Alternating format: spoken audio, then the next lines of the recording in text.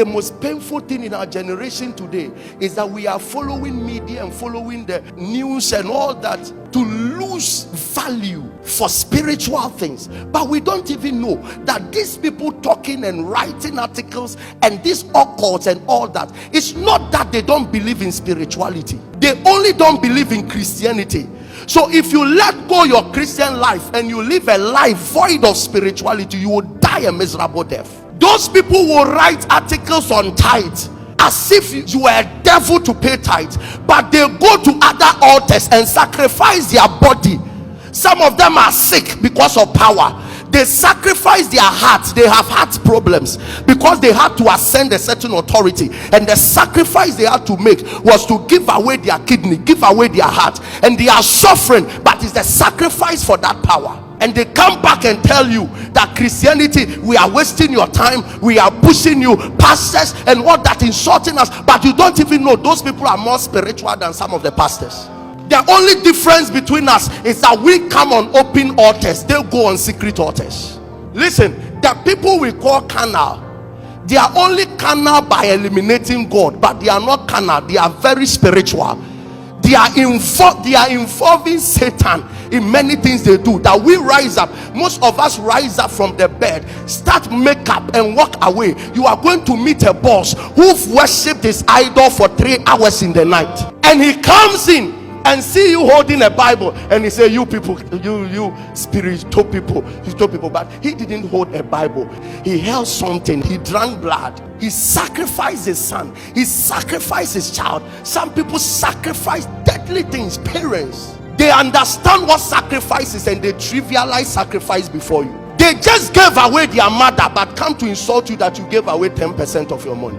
They know what they are doing, and it will take a spiritual mind to understand that this matter, I can be a spiritual man, but without a spiritual mind, I will end up dying miserably. Not everything you see is a non-living thing. Can you imagine that Moses is walking about, sees a burning bush, fire all around the bush, yet the bush was intact in the fire, approaches it and he hears a voice from the bush. How can you have a certain mountain following you and you never knew this thing is not normal? And exactly what he did to the rod, that is exactly what the Romans did to Jesus. The Bible said, for he shall be smitten. The same way Moses smite the rod, that was the same way the rod came as flesh and blood, and the Bible said he was smitten. And when he smite the rod, water came out. Water signifies life. When he died, out of his resurrection we have life. And you think some things are normal? Not every tree you see is a tree. Some trees are something. There are times that you see a wild jackal passing by. It's not an animal. You will find a snake walking about. It's not a snake. If thought he was talking to an innocent serpent, he didn't know he was talking to somebody seeking for his power.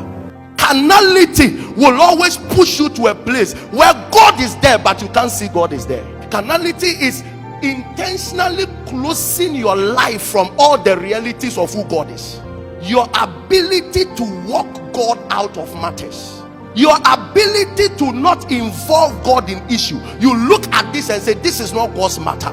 Your ability to lose every consciousness about who God is, that is carnality. So the Bible says that it is only a fool that says there is no God. And sometimes we attribute foolishness in this dimension to atheists. But anytime you treat anything God is involved in as if he's not involved, you are being carnal.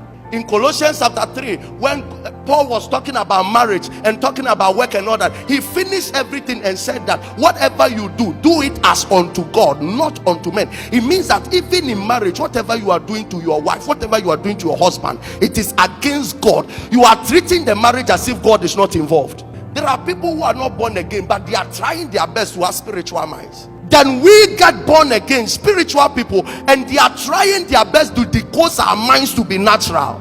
Oh, this is just a wind. This is just a tree. No, this is just... Listen, there are buildings that eat human beings. You enter, you won't come back again. There are forests people entered and the forest disappeared. The Bible says that on the judgment day, the sea will give up the people it swallowed. It means that the sea captures some people. They are there right now, and it would only God that would demand their souls back. So what makes you think that the sea is normal? It was in Revelation chapter 6 that the Bible says that, and he saw hell and death riding on a horse. It means that even hellfire is a spirit. Some things are not normal. So do you still think it was a common fish that swallowed Jonah? The Bible said, and God sent a fish. Thank God for some men like Abraham. The Bible said 3 men were passing by, and the Bible said they were passing by. Then he called them. God wanted to visit him but was still passing by. He called them in, and the first thing he said is that, let me wash your feet of the dust. Can you imagine that God decides to come on earth and he intentionally walked to a point that his whole leg was dusty? It will take a spiritual mind to know that God, this is God. When you look at his dusty feet, it doesn't look like God, but this is him. Sometimes supernatural can appear like natural, but it is never natural. It will take a mind that carries the spirit to understand